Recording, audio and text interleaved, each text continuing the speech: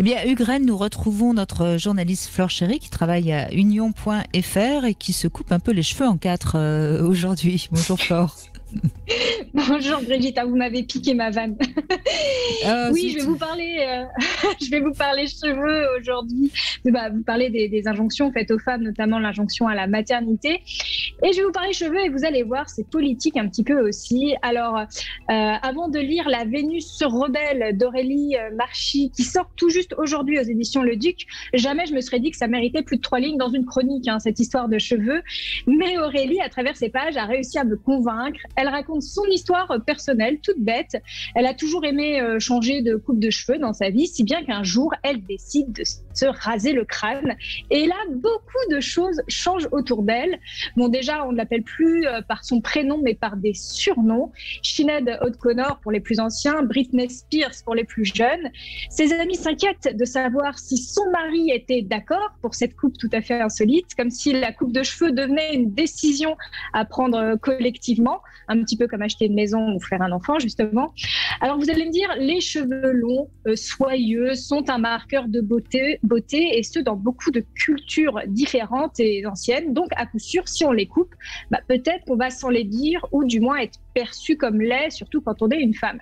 Et pas vraiment, parce qu'elle constate que les gens se comportent différemment avec elle dans la rue, mais c'est carrément l'inverse. Elle se fait draguer de façon beaucoup plus directe par les hommes, qui la trouvent charmante et avec toujours pour accroche la coupe de cheveux, car elle renvoie malgré elle l'image d'une femme libre. Mais parce qu'en fait, elle a les cheveux très courts ou elle s'est carrément tondue? Elle s'est rasée.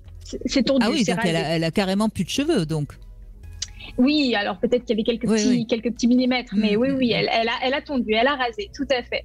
Et donc les hommes, elle se fait beaucoup draguer et elle renvoie malgré elle l'image d'une femme libre, donc peut-être libre sexuellement, rebelle, célibataire, on peut l'imaginer. Après tout, quel mari accepterait que sa femme se rase les cheveux?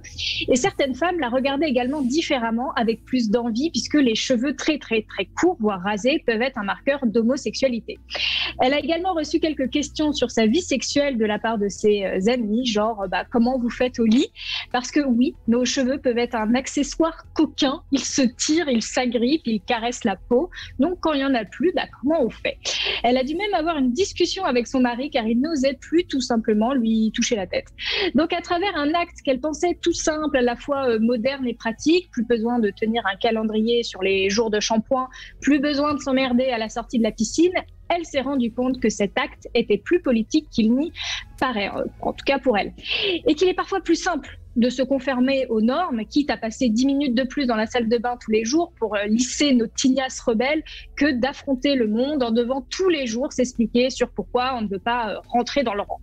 Et je pense que pour rejoindre votre sujet, si bien sûr la coupe de cheveux est un thème plus frivole que la maternité, dans les deux cas, il est question de femmes qui, en décidant simplement de suivre leurs envies pour elles-mêmes, parfois sans avoir tout à fait conscientisé la chose, se retrouvent à devoir justifier, presque de façon politique, leur choix. On peut ne pas vouloir d'enfants pour tout un tas de raisons. Certaines le font pour des raisons politiques, bien sûr, écologiques parfois, mais beaucoup considèrent qu'elles ne sont juste pas prêtes. Certaines n'ont pas envie de passer du temps à pouponner. Pour certaines, c'est juste très difficile biologiquement. Mais dans tous les cas, les femmes, quoi qu'elles fassent, si elles décident de sortir du rang, ont cette image un peu rebelle quand elles sortent de la norme. Alors que bon, écouter son corps ou son cœur pour un choix qui au final ne concerne que soi, c'est quand même le niveau zéro de la rébellion. C'est comme si tu es un gilet jaune, mais sur un rond-point où il n'y a que toi qui passes en voiture. C'est comme un attentat terroriste, mais dans ta cheminée, ou comme une grève de transport de ta propre trottinette. Voilà. Est-ce que ça mérite que chacun donne son avis sur un choix qui ne le concerne pas? Je ne crois pas. Qu'on laisse les femmes tranquilles avec leur tif et leur utérus, plutôt que de se couper les cheveux en 4 à essayer de leur opposer nos petits préjugés. Bon, en tout cas, vous êtes très bien coiffée, Flore. Ah, merci. Oui, j'incarne pas vraiment ma chronique. N'est-ce pas? Non, mais parce que c'est vrai que la coiffure, par exemple, Ugraine, je ne sais pas si vous le savez, si vous avez une compagne, mais méfiez-vous parce que si votre compagne change de coiffure, c'est le premier indice qu'elle a peut-être pris un amant. Vous connaissiez cette anecdote, Flore Chéry? Oui, c'est vrai qu'on dit souvent quand les femmes changent de coiffure, c'est souvent associé à un changement de vie. Donc ça pourrait être un nouvel amant, oui. N'est-ce pas? Non, mais c'est vrai que la coiffure est très révélatrice. Cela étant dit, Flore Chéri, aujourd'hui, les hommes aussi peuvent avoir les cheveux longs, les hommes aussi peuvent porter un catogan. On voit quand même qu'il y a une liberté, acquise dans la coiffure. Si vous voulez, une liberté capillaire. Non, je suis tout à fait d'accord. Oui, alors tout à fait. Moi, je voyais qu'en entendant Flore Chéri, je me disais que ce qu'elle soulève va plus loin que simplement la coiffure, c'est-à-dire et plus loin que simplement les femmes. Mais dès qu'on est en marge d'un système et qu'on pense un peu différemment, tout de suite, on vous demande des justifications. Tout ce que j'ai développé sur l'infertilité et sur la naissance et sur l'accouchement, ça a fait quelques soucis dans le groupe où j'étais au départ. Et il fallait rendre des comptes sur cette autre façon de voir l'accouchement au-delà de l'aspect très technique, très faculté, quoi. Donc, oui, c'est un vrai problème. Eh oui, les braves gens n'aiment pas que l'on sorte du droit chemin, hein, c'est bien connu. Ah oui, magnifique de Georges Brassens, c'est exactement ça. C'est exactement ça. Ouais. Bon, en tout cas, c'est intéressant. Et le livre est intéressant, donc, Flore. Et donc, le livre est sympa. Bon, il est joyeux, il est très féminin, mais si vous pensez à vous couper les cheveux un jour et que vous êtes une femme, c'est vrai que ça peut être éclairant parce qu'on ne se rend pas compte des conséquences parfois insolites que ça peut avoir dans sa vie.